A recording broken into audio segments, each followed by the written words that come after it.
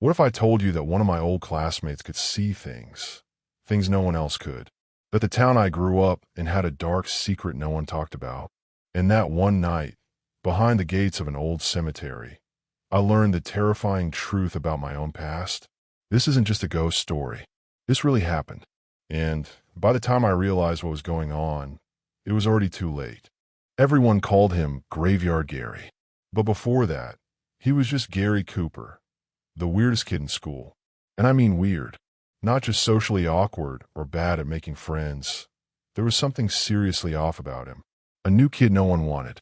Gary arrived at our school in 6th grade, and within a week, everyone hated him. And that's not an exaggeration.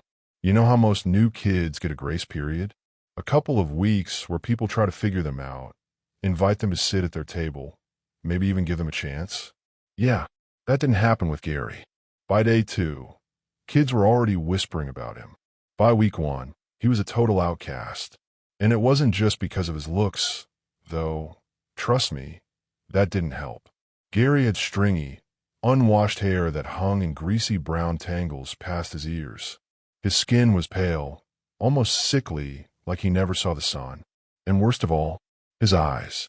They were big, round, and way too wide, like he was constantly in shock or staring at something the rest of us couldn't see. But the real reason people hated him? The things he did.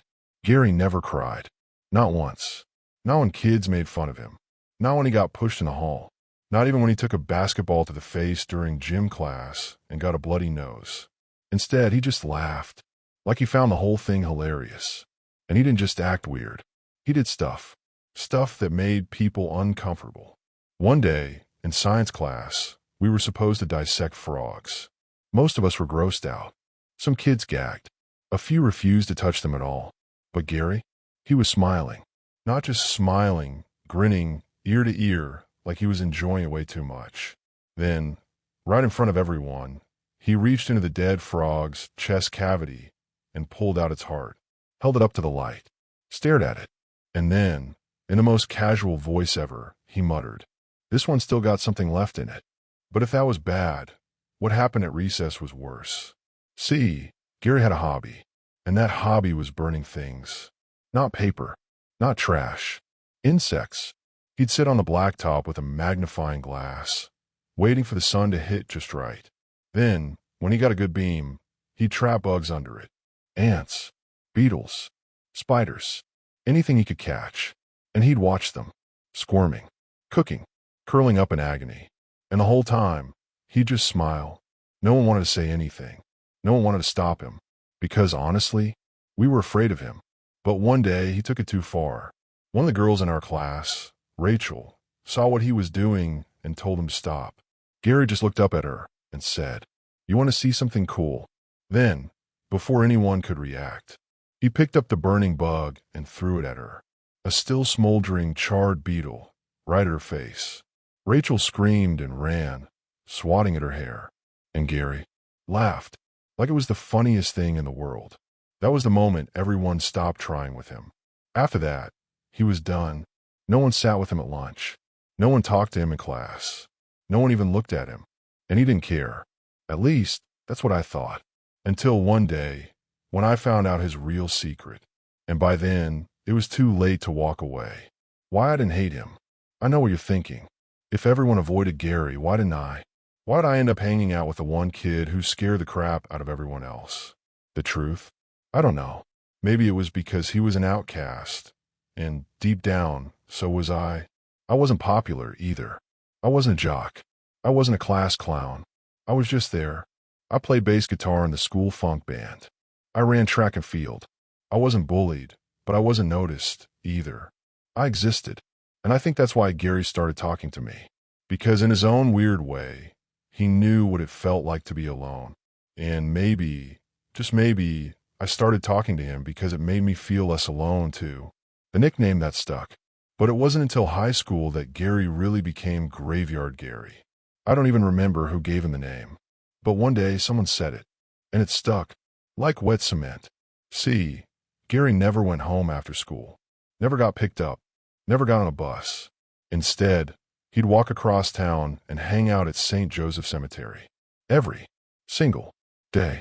Some kid saw him once, sitting behind a tombstone, muttering to himself. Others swore they saw him talking to thin air, like he was having a full-blown conversation with someone who wasn't there. But when people asked him about it, he just smiled. "What can I say?" he'd chuckle. The dead are better company. At first, we all thought it was just an act, a way to freak people out.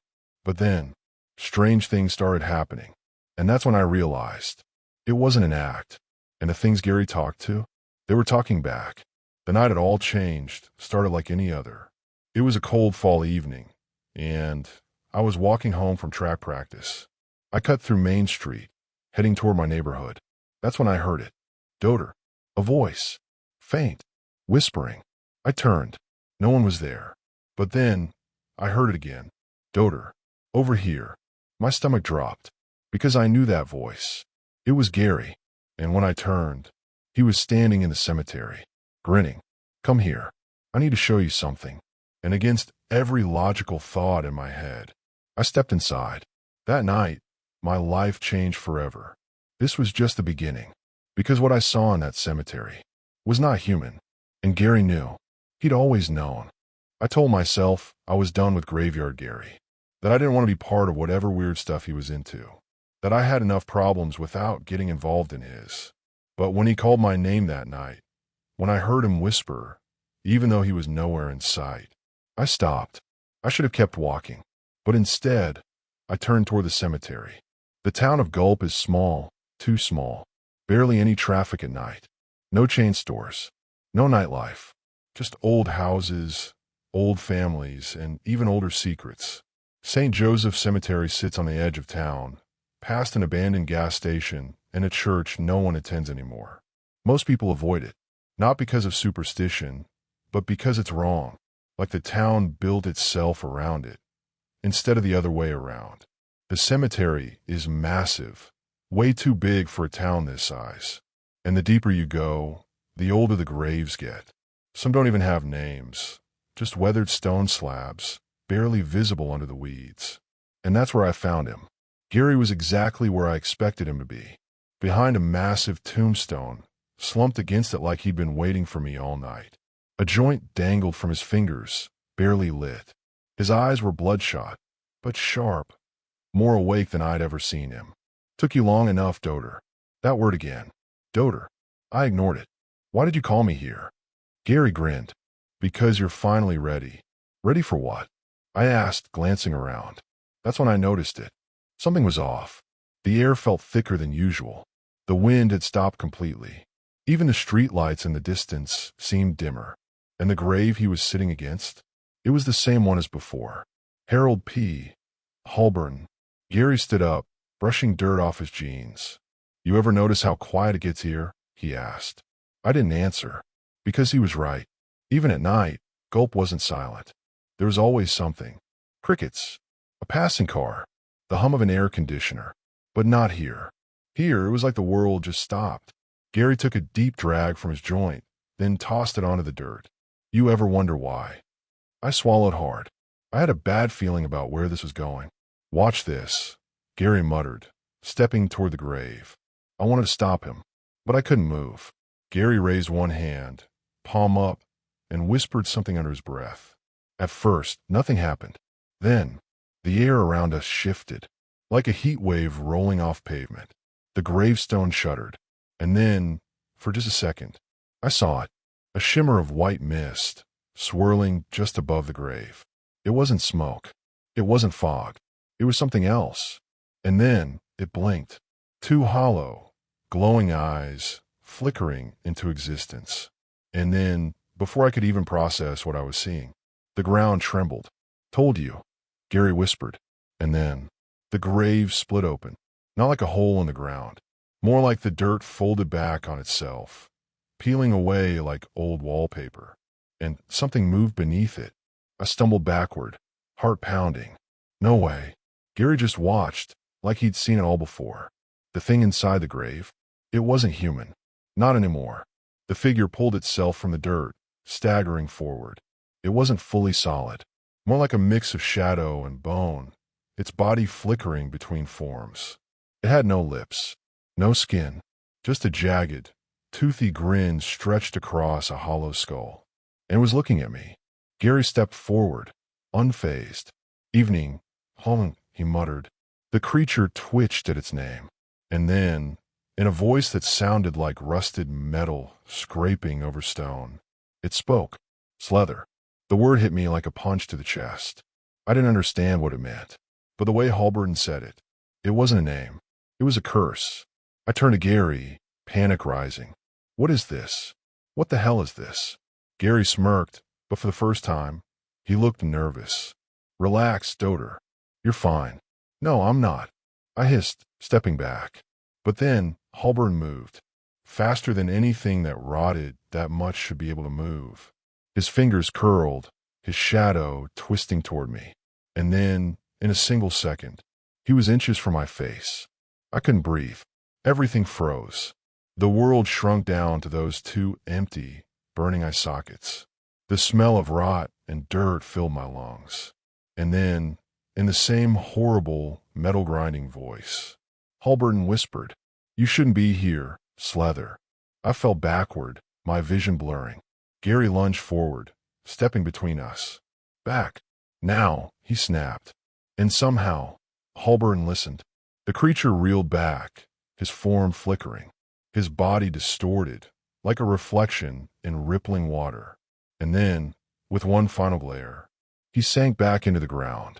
The grave sealed shut, and just like that, it was gone. I was breathing hard, my hands shaking. Gary knelt next to me, completely unfazed. "Not bad for your first time," he said. I stared at him. What the hell was that? Gary sighed. "Told you. The dead don't sleep and gulp." I forced myself to stand, still reeling. "That wasn't just a ghost," I muttered. Gary smirked. "You're right. That was Halberton. And he's just the beginning." He reached into his backpack, pulled something out. A dagger.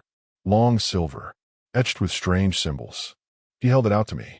"You're one of us now, Doter." "One of what?" I whispered. Gary's eyes gleamed. "A Slether." And in that moment, I knew nothing in my life would ever be the same again. The truth is more terrifying than I ever imagined. Everything in my life had been normal until that night. But after Gary's ritual, after Harold Halberton whispered my name, something inside me changed. The world didn't feel the same anymore, and neither did I. I didn't sleep that night. Every time I closed my eyes, I saw Halberton's rotting face. I could still hear his voice, that grinding, rusted metal whisper calling me Slether. I didn't know what it meant. I didn't know why he called me that. But one thing was clear. I wasn't supposed to be part of this. Gary had dragged me into something dangerous. And now, I had to get out. The next morning, I skipped school. I stayed in my room, ignoring texts, ignoring the world. But Gary, he didn't ignore me. By lunchtime, I heard it. His voice. Not from my phone. Not from outside. From inside my head. Skipping class. Bad idea, Doter. I nearly fell out of my chair. It wasn't like hearing a thought. It was like someone was in the room with me. I grabbed my phone, hands shaking, and texted him. "Me. How the hell are you doing that?" "Gary. Perks of being a Slether." There was that word again. Slether. I wanted to forget everything about last night. But something told me that wasn't going to be possible. By the time I left my house, the town felt off.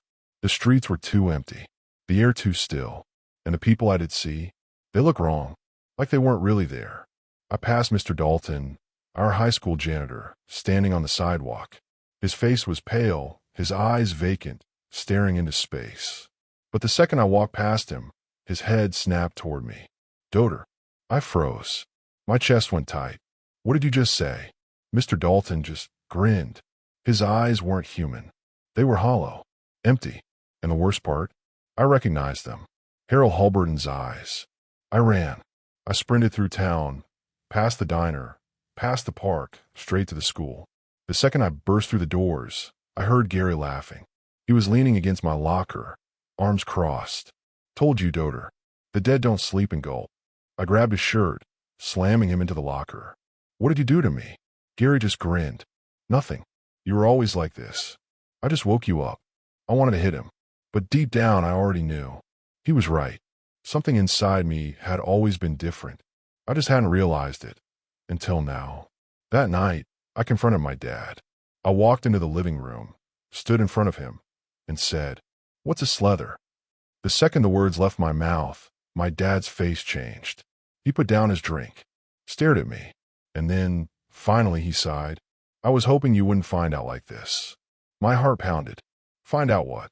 He stood up, walked over to the fireplace, and pulled something from the mantel. A dagger. The same one Gary had given me. "Sit down, son. It's time you learn the truth. Our family, we're not normal, son. We come from a long line of protectors. We're called slethers." I just stared at him. Protectors? Of what? He turned toward the window, looking out at the town. Of Gulp. Of the people here. Whether they know it or not. The words sank in slowly. "So you're saying this town is haunted?" My dad turned back to me, his expression grim. "Haunted? No. Possessed? Yes." A chill ran down my spine. "What do you mean?" My father sat down, rubbing his hands together. The town of Gulp was built on something ancient, something powerful, and over time, that power attracted things that shouldn't be here. He gestured toward the dagger in my hands. "That blade, it's been passed down through our family for generations, because we're the only ones who can stop them." I swallowed hard. "Stop who?" My father's eyes were dark. "The ones like Halberton, the ones who never leave." I didn't sleep that night. How could I? I had spent my entire life in a town that wasn't real, not the way I thought it was. And Gary? He had known all along. The next day, I met him at the cemetery. "You ready, Doter?" he asked, lighting a cigarette. I stared at him. "Ready for what?" Gary smirked. Then he gestured toward the ground, to see what's underneath. And before I could stop him, he stepped forward, and the earth swallowed him whole. I didn't think. I jumped in after him. For a second, there was nothing, just blackness. Then I hit the ground. The air was thick with dust and the smell of old stone. Torches flickered along the walls. And when I looked ahead, my stomach dropped. There was a door, a massive iron door covered in symbols I didn't recognize. And standing in front of it, Gary. He turned to me, grinning. "Welcome to the real Gulp, Doter." I swallowed hard, because whatever was behind that door, it wasn't meant to be opened. And yet, somehow, I knew I had to open it. Before Gary was Graveyard Gary, before he was the outcast, he was just a kid with a secret no one wanted to believe. Gary wasn't always like this. I know that's hard to believe, but it's true. There was a time when he was just a regular kid, or at least, he tried to be. But Gulp has a way of changing people, especially the ones who can see things. And Gary? He saw everything. Gary grew up in the oldest house in Gulp, a crumbling, weather-beaten mansion, right at the town's edge, where the woods met the cemetery. Most people avoided it, not because of Gary, but because of what was inside. The locals whispered about it. Some said it was cursed. Others claimed something lived in the basement. But Gary? He never talked about it. At least, not at first. Gary's mom and dad were regular people. His mom was a nurse. His dad worked for the town's historical society. And for a while, life was normal. Until the night, everything changed. Gary was 7 years old. He woke up to the sound of footsteps. Not in the hallway, in the walls. At first, he thought it was a dream. But then, he heard his mom screaming. By the time he got to their room, the door was wide open. And his parents were gone. The next morning, the town sheriff found Gary alone on his front porch. He was barefoot, covered in dirt. His eyes were red and swollen, like he'd been crying all night. The sheriff knelt down. "Gary, where are your parents?" And Gary? He just looked up and said, "They're still here." The sheriff's stomach dropped. "Where, son?"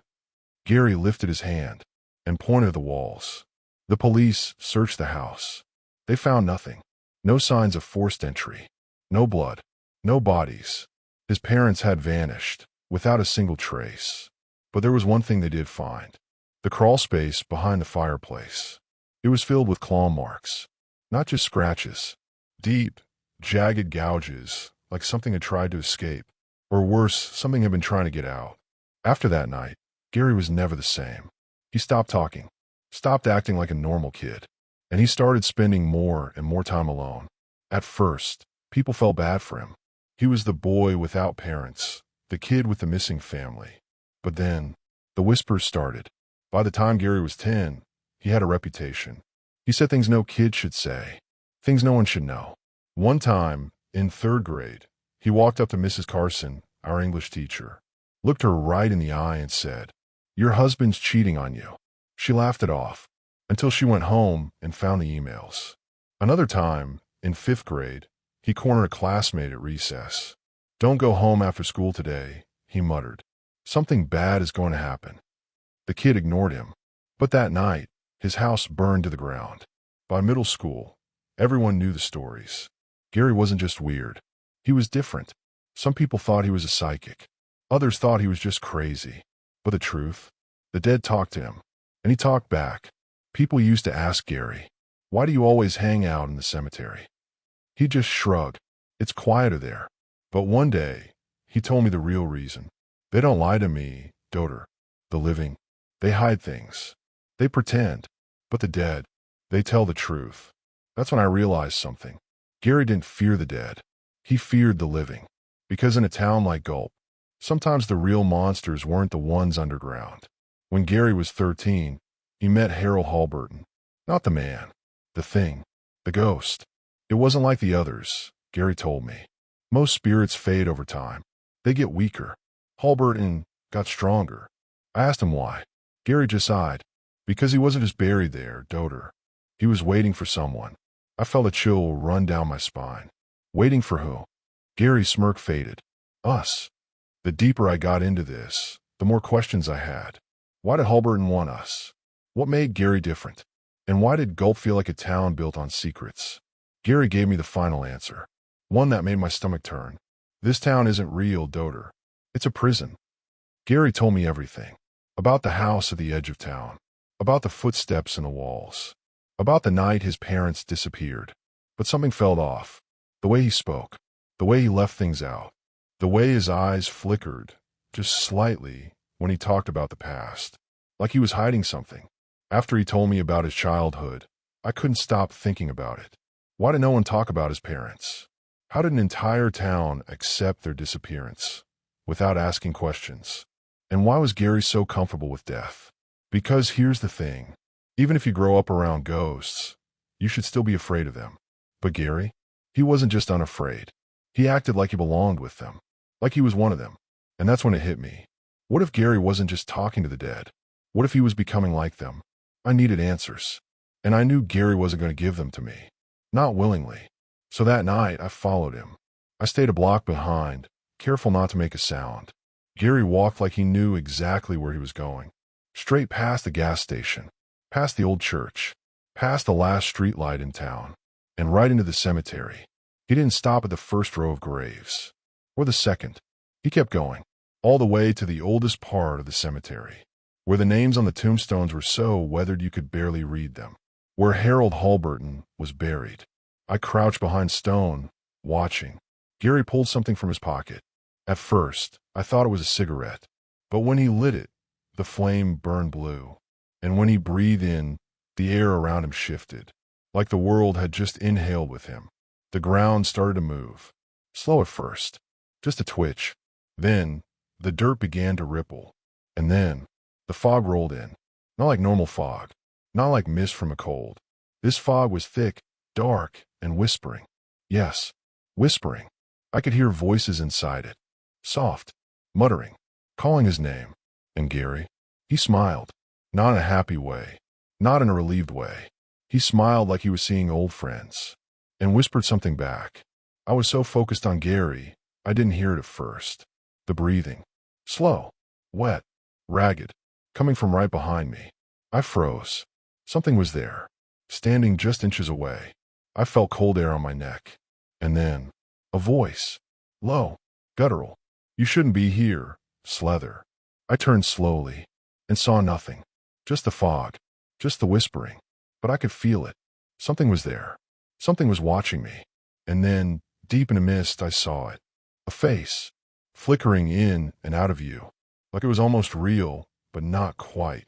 And the longer I looked at it, the more human it became. Until suddenly, it looked exactly like Gary. The thing in the mist grinned at me. The same grin Gary always wore. And that's when I knew. This wasn't just any spirit. This was something else. Something worse. Gary wasn't just talking to ghosts. He was letting them in. I stepped out from behind the tombstone. What the hell was that? I demanded. Gary didn't even flinch. He turned, still smiling. Oh, you saw them? He asked casually. Saw what? I snapped. That thing in the fog. The thing that looked like you. Gary's smile faded. For the first time, I saw something else in his eyes. Not amusement, not arrogance, but fear. You weren't supposed to see that, Doter.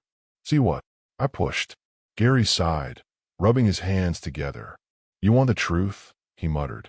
No more games, Gary. Just tell me. He hesitated. Then he said something that made my stomach turn. That wasn't me. I blinked. Then what was it? Gary took a long, slow breath. Then he muttered, I don't know anymore. That moment changed everything. Because Gary had always acted like he had all the answers. Like he knew what was happening. But now, for the first time, I realized he didn't. Or worse, he did. And he just didn't want to tell me. The deeper we went, the less I wanted to know. But there was no turning back now. The truth was waiting. And I was about to find it. Everything in me told me to walk away. To turn around. To leave the cemetery. To pretend I had never seen the fog, the whispering, or the thing that wore Gary's face. But I didn't. Because no matter how much I wanted to believe Gary was in control, I had seen something in his eyes that night. For the first time since I met him, he was afraid. And that terrified me more than anything. Come on, Doter, Gary said, motioning toward the graveyard floor. I looked down. At first, it just looked like dirt and roots. But when he moved his foot, the ground shimmered, like glass catching the light.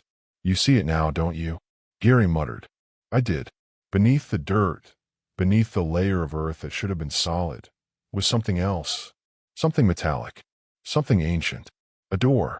And the moment I saw it, my stomach dropped, because I already knew whatever was behind it was not meant to be found.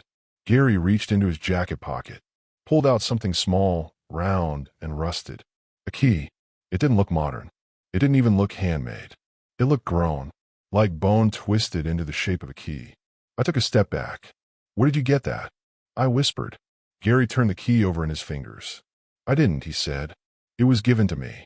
Gary crouched down, pressed his palm against the dirt, and slowly, the ground peeled away. Not like dirt, like skin. A thin layer of earth peeled back, revealing the full door underneath. A circular, rusted hatch, like something from an old bunker. There were no hinges, no handle, just a symbol in the middle, etched deep into the metal. A spiral. But the longer I looked at it, the more it moved. It wasn't carved into the door. It was alive, swirling, spinning, waiting. The whispering fog thickened. It curled around my ankles, grasping. And then, from the mist, a voice. Not Gary's. Not Halberton's. Something else. Something older. This is not your place, Slether. I felt my blood freeze. Did you hear that? I whispered. Gary's face was unreadable. You hear them now? He muttered. What does it mean? He didn't answer. Instead, he turned the key. The metal screamed. A deep, grinding wail that shook the entire graveyard. I clamped my hands over my ears, but the sound pushed through. It wasn't just noise. It was a voice, crying, begging, pleading for us to stop. And then, the hatch snapped open. I don't know what I expected. A staircase? A ladder? Something man-made? But what was beneath the door wasn't built by human hands. The tunnel stretched downward. The walls weren't brick or concrete. They were stone, smooth and curved, like the inside of a ribcage. And the deeper it went, the more unnatural it became. Not just a tunnel, a vein, a path leading into something alive. After you, Gary smirked. I swallowed hard, and then against every instinct in my body, I stepped inside. The air changed immediately. It was thicker, wet. The deeper we went, the darker it got. The walls weren't cold stone anymore. They were warm, like something was breathing. I wiped my hand against them, expecting dust or dirt, but my fingers came back slick and red. Blood. This place is alive, I whispered. Gary didn't disagree. The tunnel twisted downward, deeper and deeper, until I lost track of how far we had gone. But then, something shifted ahead of us. I stopped instantly. "Did you see that?" I whispered. Gary nodded, but he kept walking. We reached a curve in the tunnel, and for the first time, there was light. A dull, golden glow, pulsing from something in the walls. I looked closer, and that's when I saw them. The murals, etched into the stone. Carvings, thousands of years old. They showed figures, tall, hooded figures standing in a circle. In the center of them was a boy, and above them, a spiral. The same one from the hatch. The same one that wouldn't stop moving. I turned to Gary, my voice barely a whisper. "What is this?" Gary ran his hand over the carvings. "A warning," he muttered. And that's when I realized he had seen this before. A sound echoed through the tunnel. Not a whisper, not a voice. Something low and wet, like laughter. And then, before I could even react, the tunnel lurched. The walls shuddered, and something moved in the dark. Fast, coming straight for us. I stumbled backward, my breath caught in my throat. Gary, but he was already moving. Run. I didn't think. I ran. But the deeper we went, the louder the voices got. Not just one, not just Halberton. Hundreds of them, all whispering, all chanting the same word. Slither. The walls rippled. The ground split open, and something crawled out of the dark. Tall, twisting, waiting for us. And the last thing I heard before the world went black was Gary's voice. Low, terrified. They found us. The tunnel shook violently. The ground beneath us cracked, splitting open like something was crawling through it. And from the shadows ahead, a figure emerged. It was tall, unnaturally so, its limbs too long, too thin. Its eyes weren't eyes at all, just deep, swirling voids that pulled at the air around them.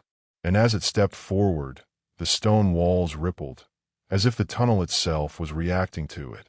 They found us. Gary's voice was tight, not amused, not cocky, but scared. That was all I needed to hear. I ran. The tunnel wasn't just dark, it was alive. Every step I took, the ground shuddered, like I was running across something's spine. The air around me warped, making everything feel stretched and wrong, like I was moving too fast or too slow, or both. And behind me, the thing was following. It didn't run. It didn't even move like a person. It just shifted. 1 second it was 20 feet back. The next, it was right behind me. I could feel it breathing. "Doter, down here." Gary's voice cut through the air. I looked up just in time to see him turn sharply, disappearing through a jagged opening in the tunnel wall. I didn't hesitate. I followed. And the moment I crossed the threshold, everything changed. I stumbled forward, hitting solid ground. The tunnel was gone. We were in a chamber now. It was massive, stretching out into darkness on all sides. And the walls, they weren't stone anymore. They were covered in carvings. Deep, spiraling etchings, all curling toward a single point in the center of the room. And right there, standing beneath it, was a statue, a massive stone figure, hooded and faceless. It stood at least 20 feet tall, arms outstretched, its hands open, and in its palm was a second spiral, smaller, carved into the stone. And just like the first one, it was moving. "Where are we?" I asked, my voice barely above a whisper. Gary was staring at the statue, his expression unreadable. "The center," he muttered. "The thing that holds all of it together." I turned toward him. "What are you talking about, Gary?" His hands tightened into fists. For the first time, he looked like he didn't want to answer, like he wasn't sure if he should. "I need you to listen, Doter," he said finally, "because I haven't been entirely honest with you." I took a step back. "Yeah, no kidding." Gary exhaled, running a hand through his messy brown hair. "Look, I told you about the dead, about how they talk to me, about how this town is different." He motioned toward the statue, the spirals, the walls. "But what I didn't tell you," his eyes flickered toward mine, "is that I'm not just listening to them." A chill rolled through me. "What do you mean?" Gary hesitated, and then he said something that made my stomach drop. "I work for them." The words hung in the air like something heavy, thick, and wrong. "You what?"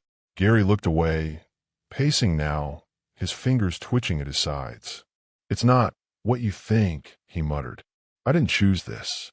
It's not a job, Doter. It's a role. A duty. I swallowed hard. A duty to who? Gary didn't answer right away. Instead, he stepped closer to the statue, placed his palm against its stone robes. This town was built for a reason, Doter. His voice was softer now. A long time ago, before Gulp had a name, before the streets, before the people, something else was here. He motioned toward the spiral. And that thing, the thing beneath us, it wanted something. I shivered. What did it want? Gary finally turned back toward me. His face was blank. His voice was empty. Us. I stared at him. What do you mean, us? Gary exhaled slow. Every few generations, certain people are born different. He tapped his temple. They can hear the voices. They can see the cracks in the world. They can feel when things are moving beneath the surface. His expression darkened. Those people are called slethers. My stomach twisted. I had heard that word too many times now. From Holberton. From the whispering fog. And now from Gary. And let me guess, I muttered. You're one of them. Gary's jaw clenched. Yeah, and so are you. I felt like the air had been knocked out of me. No, that's not possible. It is. No, there's no way. I never saw ghosts before. I never. Because you were asleep, Doter. Gary took a step forward. It was never about believing. It was never about seeing. It was just about when. My hand shook. When what? Gary tilted his head. His expression wasn't mocking or cruel. It was sad. When you woke up. The words settled over me like a thick weight. I shook my head. No, I'm not like you, Gary. You are. I don't talk to the dead. You don't need to. They already know you. I felt sick. But before I could argue, a sound echoed through the chamber. A low, groaning wail. And then, the statue began to move. The spiral on its hand glowed. Bright, twisting, the same way it had on the hatch. And from deep beneath us, something shifted. Something huge. And I finally realized. The thing beneath Gulp wasn't just waiting. It was waking up. And Gary had just brought me here to help it. The truth is closer than ever. But once the door is open, there's no going back. The statue moved. Not like stone should move. Not slowly. Not grinding. Not crumbling into dust after centuries of stillness. No, it moved smoothly. Like something inside it was breathing. The spiraling symbol on its palm glowed brighter, twisting it on itself, pulling at the air around it. And then the ground beneath us split wide open. A deep, shuddering groan filled the chamber. And from the darkness below, something rose. A wind howled through the tunnel, a wind that shouldn't have existed this deep underground. The spirals on the walls began to pulse, beating like a heartbeat, like the stone itself was alive. And then, a sound from below. Not a growl, not a moan. Something far worse. A wet, scraping sound, like bone dragging against stone. I staggered backward. Gary. He didn't move. His eyes were locked on the pit, his face unreadable, like he'd been waiting for this moment his whole life. And then, finally it spoke. A voice that wasn't a voice. 1,000 voices layered over each other, crawling up from the abyss, whispering in a language that felt like it wasn't meant for human ears. And somehow, I still understood it. It has been so long. I froze. Because the voice wasn't just coming from the pit. It was coming from inside my head. Gary. I took a step back. What is that? Gary exhaled. The beginning. His voice was strange now. Not scared. Not amused. Just resigned. Like he'd always known we'd end up here. Like he had no choice. The wind from the pit grew stronger, swirling upward, carrying whispers with it. And then I saw it. It rose slowly. Not fully. Not enough for me to see all of it. Just enough for me to see its face. A shifting, changing thing. Like 100 faces layered on top of each other. Constantly moving. Constantly shifting. Eyes that weren't human, but weren't animal either. Eyes that were old. Older than the town. Older than the first people who lived here. And they were looking at me. Recognizing me. Like I was one of them. Like I was supposed to be here. And then, it smiled. A slow, twisting, inhuman grin. And spoke again. The last of the line has returned. Last of the line. My voice shook. Gary, what the hell is it talking about? Gary didn't look at me. His breathing had changed. It was shaky now, his shoulders rising and falling like he was struggling to stay in control. "I told you, daughter," he muttered. "You were always meant to come here." I took another step back. "No, no, you didn't say anything about this." I pointed at the thing in the pit, my hands shaking. "You said this town was a prison." Gary finally turned to face me, and for the first time, I saw something I had never seen in his eyes before. "Guilt. It is." The whispers grew louder. The chamber shook, dust crumbling from the ceiling, as if the earth itself was trying to push back against whatever was happening.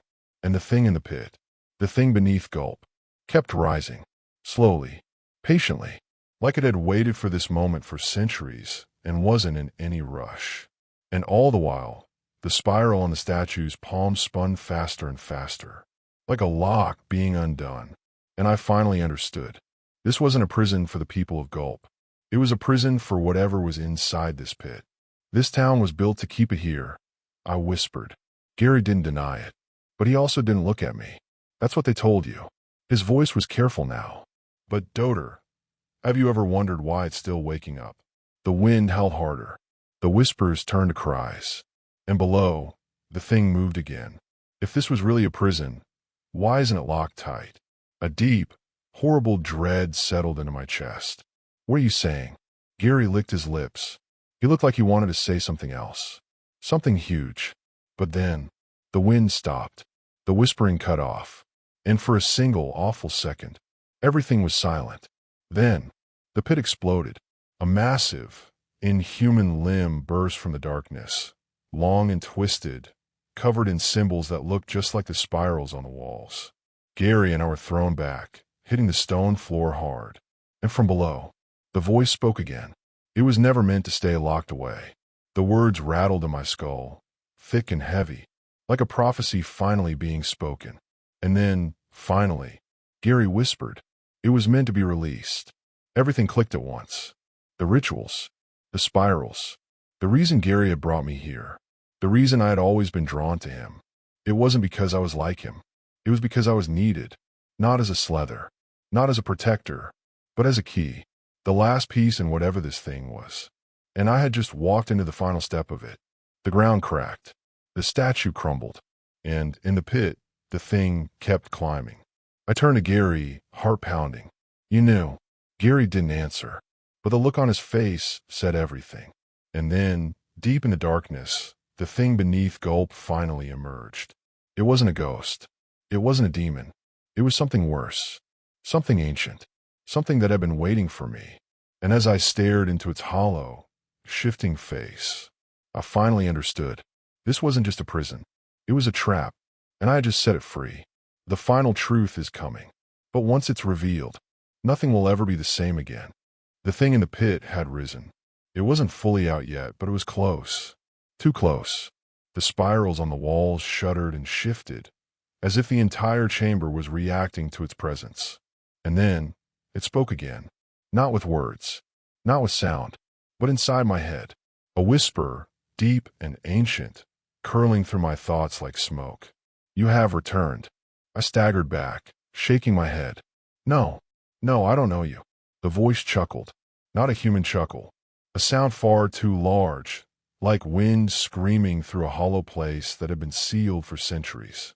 "But you do." And then, all at once, the memories came. I wasn't seeing them. I was living them. The chamber around me vanished, replaced by a town that looked like Gulp, but wasn't. The buildings were older, smaller, made of rough timber. The streets were dirt, lined with torches instead of streetlights. And the people were afraid. They walked in hushed whispers, heads down, avoiding the center of town. And then, as if pulled by invisible hands, I turned toward it. The heart of the old town, where a great pit lay open in the ground. The same pit beneath us now. The same spirals carved into the dirt, circling inward, like a mouth waiting to swallow. The memory shifted. Time sped forward. Now it was night. The villagers had gathered around the pit, torches in their hands, faces drawn tight with fear. And in the center, a group of figures in hoods, standing in a circle, chanting in a language I didn't understand, but somehow fell to my bones. And then, the ground shook. The spirals in the dirt began to glow, and something below them stirred. Something old. Something waiting. I couldn't move. I could only watch as the hooded figures stepped back, and a man stepped forward. Not one of them. A stranger to the town. His face was shadowed, but I knew his voice. I had heard it before. From the pit. From the whispers in the fog. And now he spoke aloud. Gulp is dying. His voice carried through the town. The land is dry. The crops fail. The river has turned against us. He turned toward the villagers, eyes gleaming. But I have spoken to the one below. The crowd shifted. Fear, but also hope. The stranger lifted his hands. I have struck a bargain. And then he pointed to the hooded figures. These men know the price, and they are willing to pay it. I wanted to turn away. I wanted to wake up, because I knew whatever happened next was the start of everything. The chanting grew louder. The spirals burned brighter. And the hooded men, they stepped into the pit, one by one, not struggling, not resisting, like they were meant to do this, like they had always known. And as the last of them disappeared beneath the earth, the spirals stopped moving. The ground sealed itself shut, and the town of Gulp was saved. The vision shifted again. Now was years later. The town had grown, more buildings, more people. The river had returned. The land was fertile again. But something was wrong. The people still walked with fear in their eyes. They still avoided the center of town. And now, every generation, something strange happened. Certain people began to disappear. No explanation. No bodies. Just gone. Vanished into the night. And the town kept growing. Kept thriving. Like it was being fed. The vision rushed forward again. Decades. Centuries. And then I saw him. Not the hooded figures. Not the stranger. A boy. Standing alone in the cemetery. Speaking to the dead. Gary. His hair was shorter. His face younger. But it was him. And beside him, another boy. The vision blurred. I couldn't see his face. But I knew. It was me. I gasped, yanked back into my own body. I was back in the chamber. The pit was still open. The creatures still rising. But now I understood. Gulp wasn't a town. It was a system. A machine designed to feed something ancient. To keep it sleeping just enough to survive, but never fully awake. And Gary? He wasn't just some weirdo who could talk to ghosts. He was part of the deal. A caretaker. A gatekeeper. And now, so was I. I turned to Gary, heart pounding. You knew. He swallowed hard. I knew part of it. Part of it. I pointed at the thing rising from the pit. It's waking up, Gary. The deal was made to keep it asleep, and now it's waking up. Gary's face hardened. Because something changed. What? His eyes flickered toward me. You. The chamber shuddered. The thing in the pit smiled. And then, deep inside my skull, I heard its final words. It was never the town that was the key. It was you. I turned to Gary, heart pounding. You knew. He swallowed hard. I knew part of it. Part of it. I pointed at the thing rising from the pit. It's waking up, Gary. The deal was made to keep it asleep, and now it's waking up. Gary's face hardened. Because something changed. What? His eyes flickered toward me. You. The chamber shuddered. The thing in the pit smiled. And then, deep inside my skull, I heard its final words. It was never the town that was the key. It was you. Gary. I turned toward him, my hand shaking. Tell me you didn't know. He didn't answer right away. His shoulders were tense, his jaw locked tight, like he was holding something back. I didn't know everything, he muttered. But I knew enough. I felt my stomach drop. Enough to do what? Gary finally met my eyes. And for the first time since I had met him, he looked sorry. Enough to bring you here. I shook my head. No, I don't believe that. You dragged me into this. You kept me here, because you were meant to be here, Doter. Gary's voice was sharp now, something cracking underneath. I told you, this town was built for a reason. The thing in the pit, it doesn't feed on the town. I froze.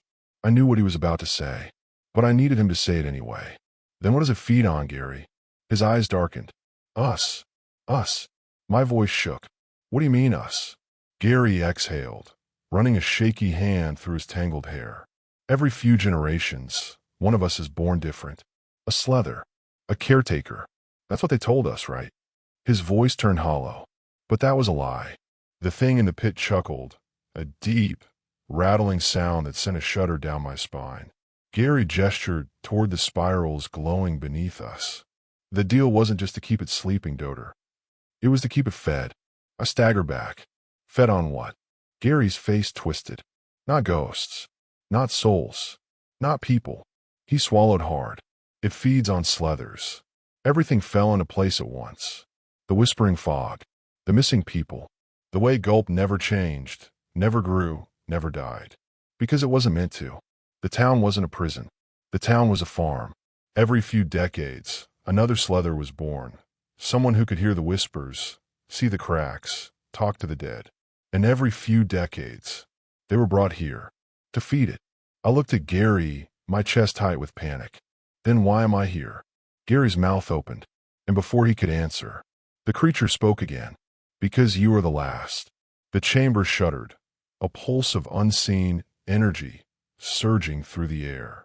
And from the pit below, the thing finally stepped forward. For the first time, I saw its full form. It wasn't flesh and bone. It wasn't human. It was a mass of shifting limbs, twisting faces, curling spirals that never stopped moving.